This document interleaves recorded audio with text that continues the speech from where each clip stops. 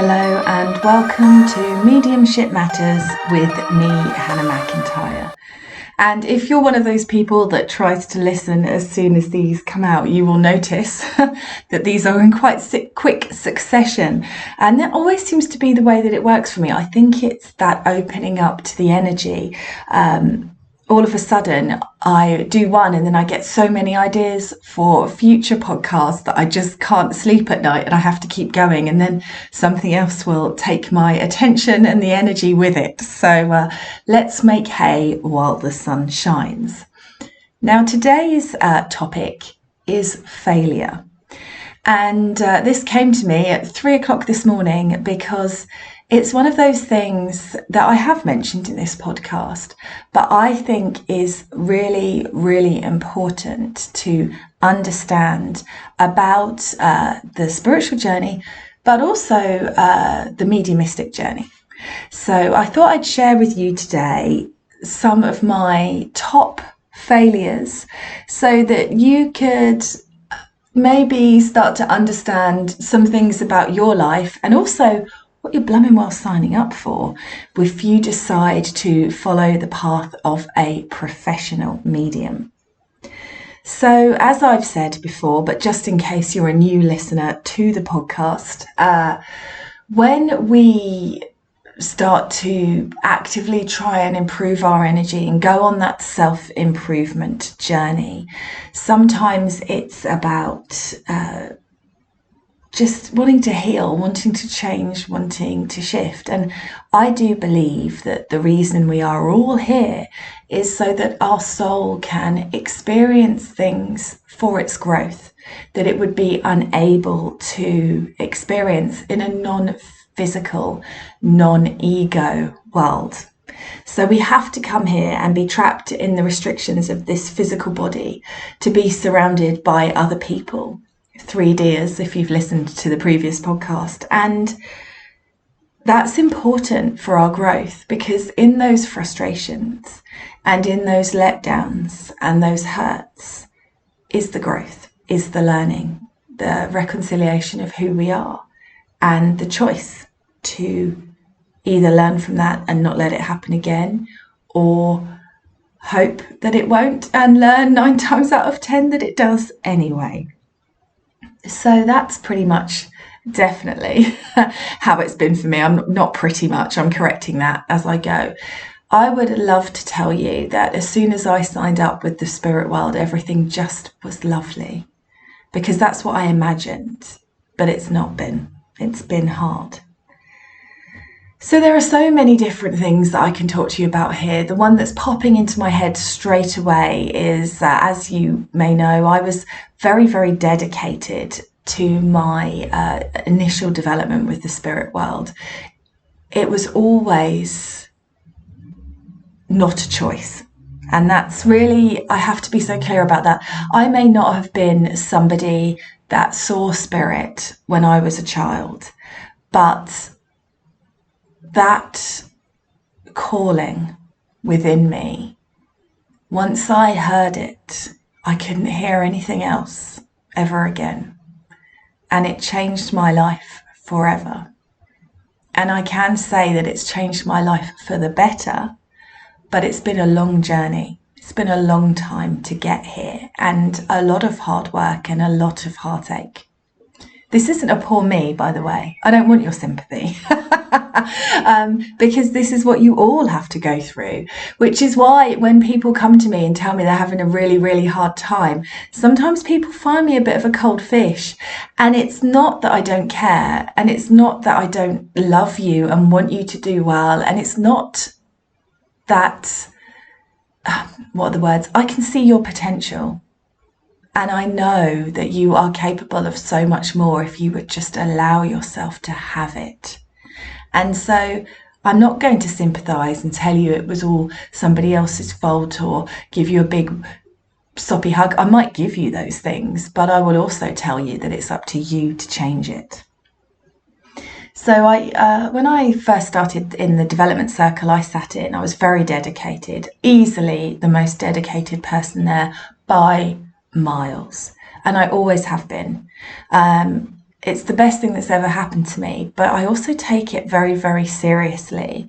And I have got that kind of atypical Capricorn personality here, where if I say I'm going to do something, unless it's a state of emergency, I will do it. If I make that commitment, I will do it.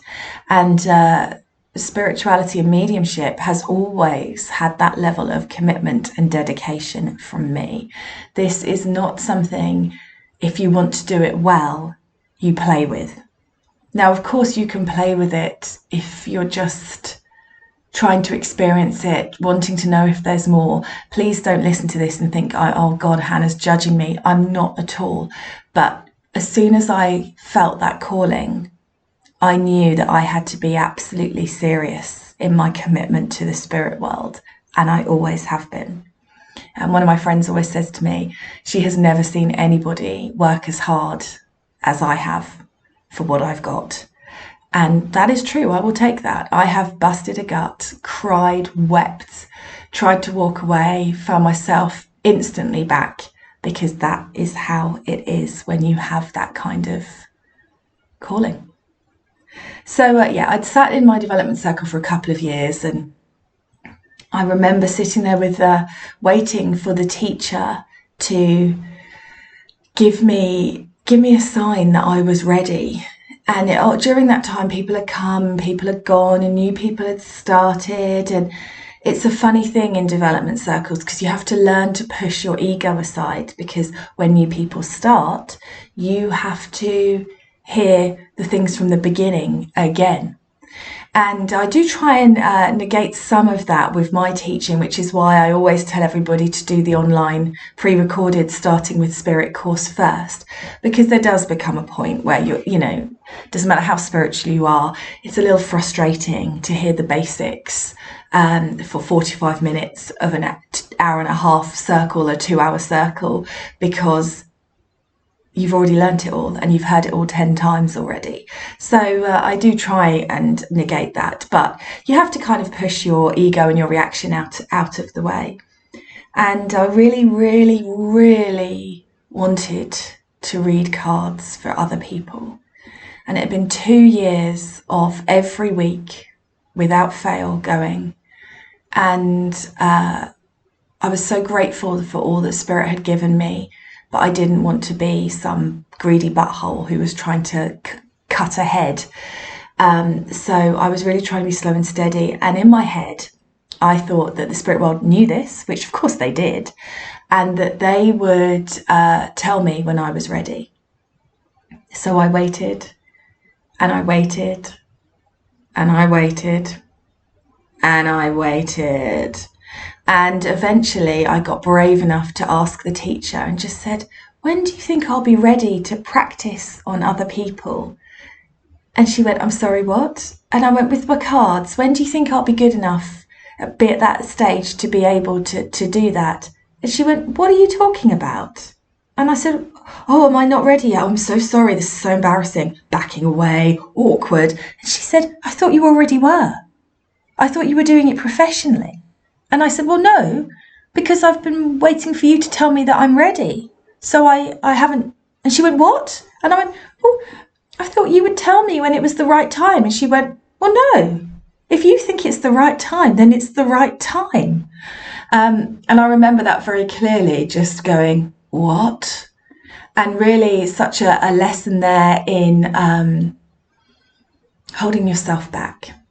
And I think I might have mentioned that story before. Don't worry, they're not all repeats, but I just think that one is just so indicative. And it's funny because so often when I do spiritual assessment readings with people, they are the ones that hold themselves back. It's always fascinating to me. A few years ago, I had someone join one of my circles who was working for one of the psychic hotlines. But she'd never connected to spirit guides. She'd never had any formal training whatsoever. She had no connection to the spirit world. She'd never sat in a circle. She'd just picked up some cards and got accepted onto a psychic hotline to work as a reader. And it was fantastic that she was then brave enough to come and join a circle and try and work through it. But it's just never a position I would have put myself in. reading for people when I didn't feel like I was absolutely, completely connected, and as a human being, out of the way enough to be a good gauge for someone to be able to read for somebody. So that was always really funny. And then I had this amazing connection to spirit guides, and I'm so lucky for that connection. I'm so grateful for that, because although it was my grandfather that set me on this journey and opened me up to the fact that there is more, that life is eternal, that we don't die in the way that people think we do. We are eternal beings forever and ever. And that was pretty bloody awesome, let's be honest. But it was spirit guides that taught me about me. It was spirit guides that loved the unlovable in me. It was spirit guides that cheered me on, held my hand, made me brave, kicked me up the bum, pushed me, made me laugh, made me cry.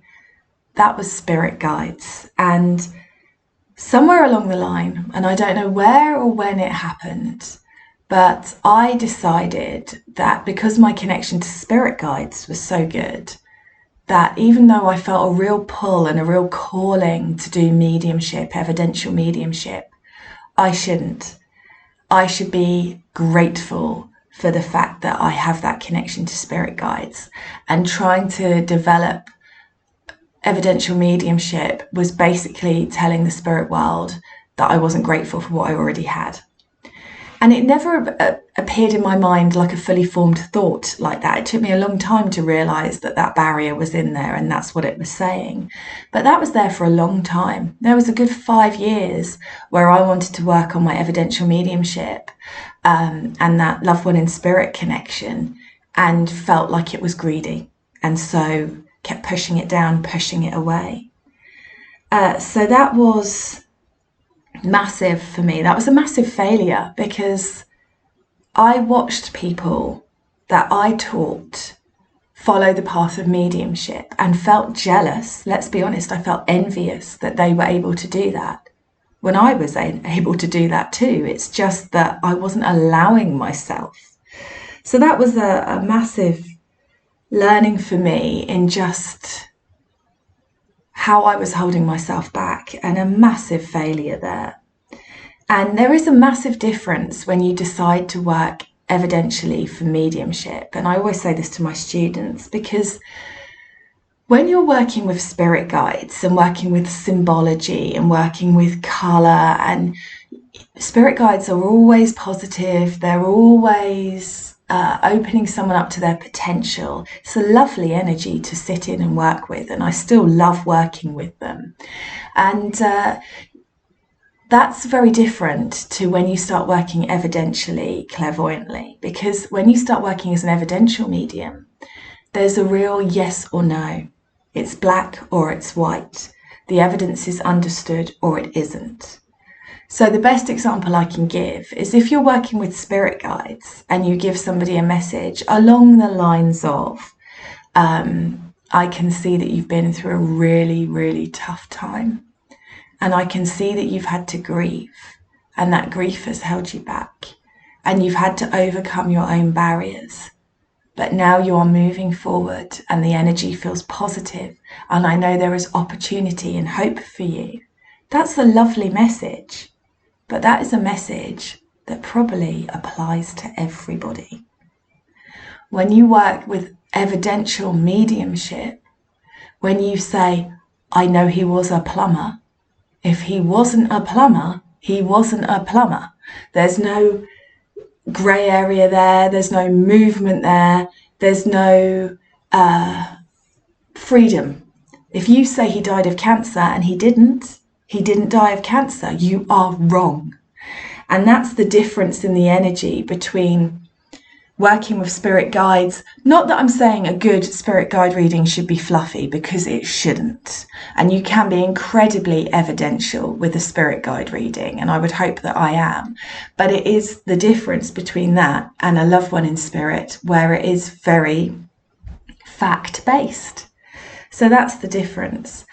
And as a result, when you decide to work evidentially on your mediumship and be an evidential medium, it does push your bloody buttons. It really does, guys, because we're so afraid, as I said in a previous podcast, about getting things wrong. We're so afraid to be wrong. We're so afraid to go, okay, well, I got that wrong, that we can hold ourselves absolutely back. And it's always interesting because when I teach evidential mediumship, when that comes up in my circles, because I try when I teach to teach all different types of spiritual connection ways of working, because I think that's really important, because you use all of them in one reading. You're not just working with loved ones in spirit, you're also working psychically because you're feeling that sitter and you're healing that sitter. And you're also working with spirit guides because they're helping you bring that connection in with that loved one. And, 9 times out of 10 people do book an evidential mediumship reading, but also want some insight and some help about their future or what they should do on their path. So you'll be working with all of those different things if you decide to be a professional medium. And it's always really interesting how we hold ourselves back, how that fear of getting it wrong can stop us. So one of my biggest failures, in inverted commas, I ever had was when I decided that I wanted to be a platform medium, and I knew I needed to practice. And as you will know, sometimes for the betterment for me, sometimes for the whatever the opposite of betterment is for me, it's been hard for me because I'm not part of a spiritualist church, and I never have been. The only spiritualist church I have ever been in is the one at Arthur Findlay College. That's not really been a conscious decision. It's just been how my path has played out. And I think if you don't have someone to take you into the church, that's a nerve-wracking thing to do. If you've ever just walked into a spiritualist church by yourself, you are brave. And I hope you know that. Braver than me. So I always had to create my own audiences. So many mediums, when they start doing platform, if you learn through a church, you have a tailor-made audience straight away. And I never did. And so the thing is, when you're learning, if you work in a church, you can stand up and do one spirit link and then somebody else will work. When you have to generate your own audience, you have to go straight from nothing to being able to hold the power and doing spirit links for an hour. Otherwise, you've wasted everybody's time in them coming out. You can't create your own audience and get everybody out one evening and then do one spirit link, 7 minutes, and go, thanks very much, goodbye. You have to have that time commitment. So that was a bit of a baptism of fire for me. And because no's were holding me back, and I kept getting advice from the spirit world and my guides, your fear of getting it wrong is holding you back. And I'd go, oh, yeah, I'm working on it. And then I just wouldn't surrender. I just wouldn't let go. The spirit world brought me one of my biggest failures, which was an entire demonstration. I think it was 10 spirit links where everybody in the audience said no to every single piece of evidence I gave. And that hurt. Not one spirit link was taken, not one piece of evidence understood. And people were looking at me with that kind of sympathetic smile thing. Oh, poor you. This is awkward, isn't it? And the more they looked at me like that, the less I was in my power, the more I was pleading with the spirit world to just give me a link that could be taken. And then, of course, everybody left and people went, oh, never mind. Oh, poor you. And everyone left. And I knew that they would never come and see me work again. And it was bloody awful. And I cried. And I cried. And I had probably a week where it felt like I had depression. And I thought I was never going to be able to do it again. But I am, and I do. And you know what now? I'm not afraid of no's. And when I get the odd no in a demonstration setting, which is only to be expected because people forget about people, come up to me all the time afterwards and go, oh my goodness, I'm so sorry, I've just realised who that was. Please don't hate me. But I'm not afraid of it anymore. because I know that I can weather that storm of a no. I know it won't pull me out of my power. I know that I can give the evidence as I get it, as much as I am able to, because I'm not afraid of people saying no to me anymore. So that's always a funny one. I'm just looking, I've wrote a list of failures, which is not the most positive thing to do, but it's also quite funny because it makes me laugh, because I can see myself in each of these moments and what the lesson was. So let me talk to you about one of my students who sat with me very sporadically for I think about a year. And she was a lovely girl, really lovely girl, and she still is, just to be clear. But somewhere along the line, I gave away my power. And I don't really know when that began or how that happened. My people pleasing kicked in and I gave away my power. And she became more and more mouthy, know-it-all, I'm in charge. And it really reached a pinnacle in a night when we were doing a Ouija board, a spirit board. And spirit boards have very, very sensitive energy, very, very sensitive. And if people who are in the room are afraid or nervous, that's a real low vibrational energy. And sometimes what can happen is that the spirits come in to move the planchette around the board, but they can't quite move it enough because there isn't enough energy to get it going. And it ends up with this funny loop where it just goes back and forth, back and forth, back and forth. So what happened was we were drawing with a planchette. That's just come back to me. And it went round and round and round and round in a circle. And that know-it-all student of mine announced to the room that we had opened a portal of darkness, which, as you all know, I don't believe is actually possible. And I kind of went, no, it's fine. It's absolutely fine. I trust my protection. I'm not worried about this, blah, blah, blah. I mean, I don't even protect anymore because I don't think there's anything to protect from that. But at that time I did. But I knew my protection was absolute.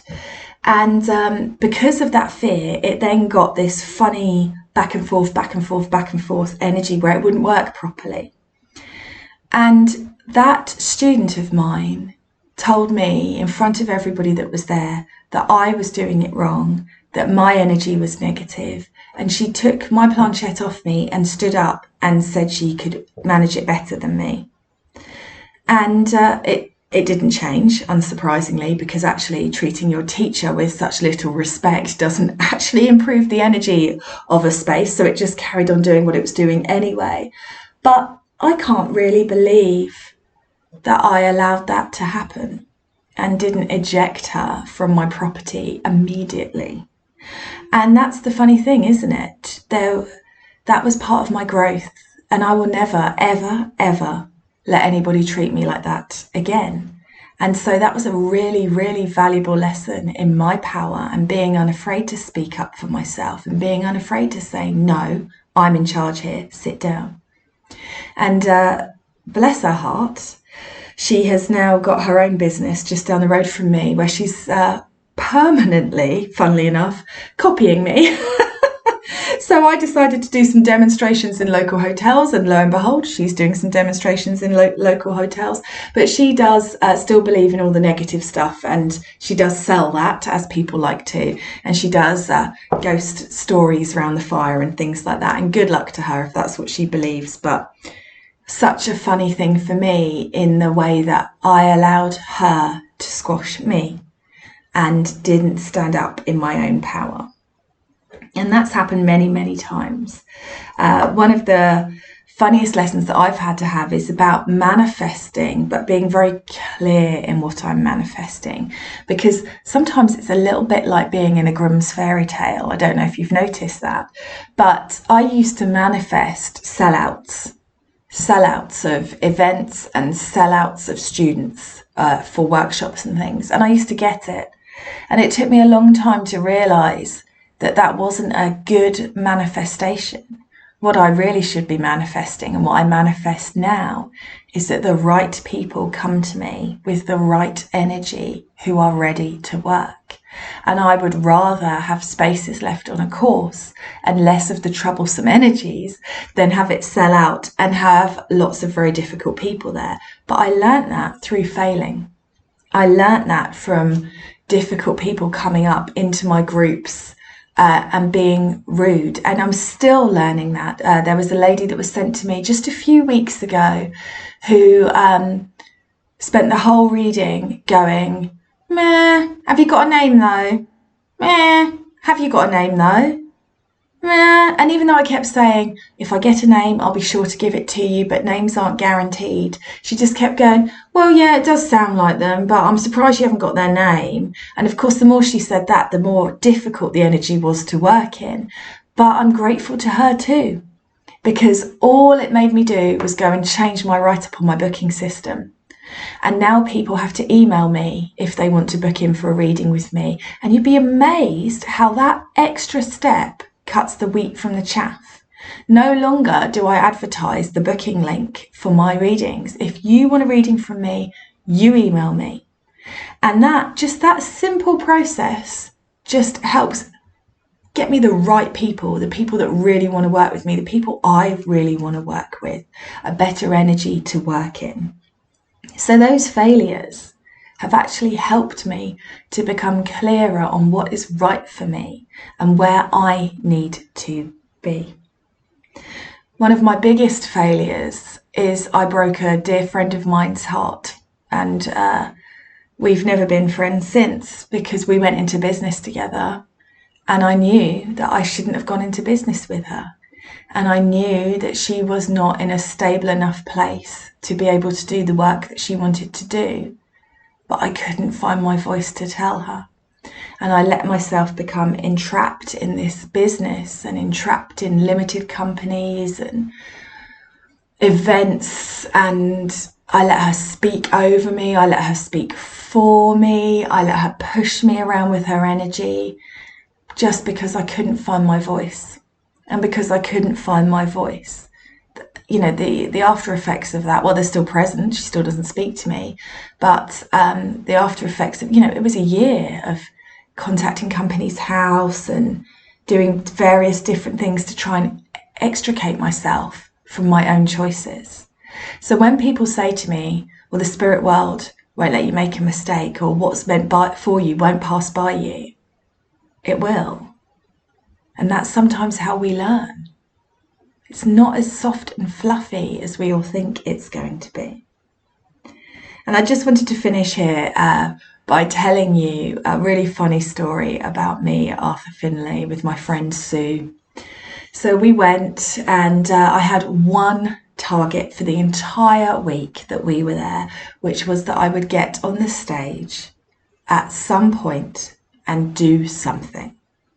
Didn't matter whether it was mediumship or inspired talking or philosophy or anything, but I just needed to be on the stage and talk because I knew it was necessary for me overcoming my debilitating stage fright.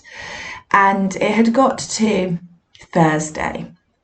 We'd arrived on Saturday. The end was nigh, and I was getting a little frustrated that I hadn't managed to get myself on the stage. And I'd complained as much to Sue and said, you know, I don't get picked. I'd keep putting my hand up and I don't get picked.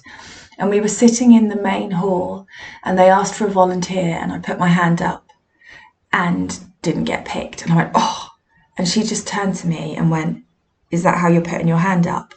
And I went, what? And she went, nobody can see that. And I was half raising my hand to like the level of my chin, like the Queen waving in her carriage. No movement, no hand straight in the air. And much to Sue's absolute hilarity, I was even half hiding in a curtain. And I wasn't conscious that I was doing any of that stuff. But actually there was that kind of ego there, that expectation that the spirit world knew I wanted to do that. And so they would get me seen and they would make it happen. And actually I was nervous, so I wasn't sure if I wanted to be seen and make it happen anyway. And it was really funny. She was crying with laughter at me, which I bloody well deserved. And then the next time I put my hand right up in the air and waved it big and tall, and instantly got picked and instantly went on the stage and had that experience and did what I needed to do. But it was such a big lesson. I'd been failing all week because I needed to learn to stop being such a twat. And I still stand by that now. So there's lots of different ways. I've failed in more ways than this, by the way. If you know me and you're listening to this and you're like, that's the least of her failures, you're right. It probably is. These were just the ones that I could think of today. I've had friendships with people that I've let completely override me. I've been needy. I've been mean. I've been left alone. I've lost all of my friends and learnt new ways. But these are all important lessons. And although at the time they were painful and I did beg for the universe to take them away, make them go, I learnt, and I'm where I am today, and I'm who I am today because of them. And so when things happen now, like the internet going down in the middle of my online workshop this week, I don't get upset. I don't get stressed. It doesn't pull me out of my power. I don't raise my hands to the sky and curse the spirit world that they didn't keep BT Home Hub working that little bit longer. I laugh because I know that I can weather that storm. I've weathered far worse. And I know I can keep my connection and keep that information and that wisdom coming, and I can do the work that is needed. So how are the spirit world refining you? How are they bringing you those experiences that hurt, that you wish would end, that actually help you to learn and grow? Because that's what it's all about. We don't grow in comfy. We don't learn in peace. Thanks ever so much for listening, and I'll catch up with you again soon.